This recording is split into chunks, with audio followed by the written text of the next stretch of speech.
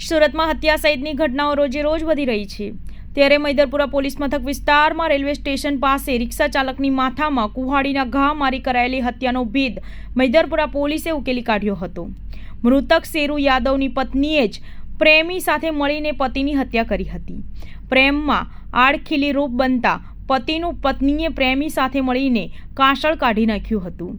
હાલ તો મૈદરપુરા પોલીસે હત્યારી પત્ની મમતા અને તેના પ્રેમી રામુ યાદવની ધરપકડ કરી કાયદેસરની કાર્યવાહી હાથ ધરી હતી। મૈદરપુરા પોલીસ સ્ટેશન ખાતે IPC 302 મુજબ એક મર્ડરનો ગુનો દાખલ થયેલ છે, જેમાં મરણ જનારનું નામ છે શેરુ ભવાની નામ યાદવ, જે ભરથાણા સુરતનો રહેવાસી છે અને એની ઉંમર 37 વર્ષ હતી।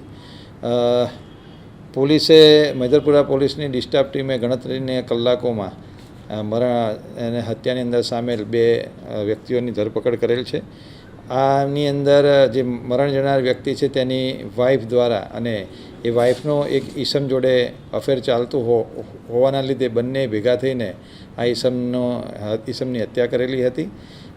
બનાવનું મેઇન કારણ એટલું હતું, જે પ્રાથમિક પૂછપરછમાં ધ્યાને આવેલું હતું કે આ મરણ જનારની વાઈફ અને જે ઈસમ છે બંને વચ્ચે 6-1 મહિનાથી અફેર ચાલતું હતું, જેની જાણકારી આ મરણ જનારને ખબર પડેલી હોવાથી પતિ પત્ની વચ્ચે ઝઘડો ચાલતો હતો, જેથી તેની પત્નીએ તેના પ્રેમી સાથે મળીને આનું મર્ડર કરેલું હતું।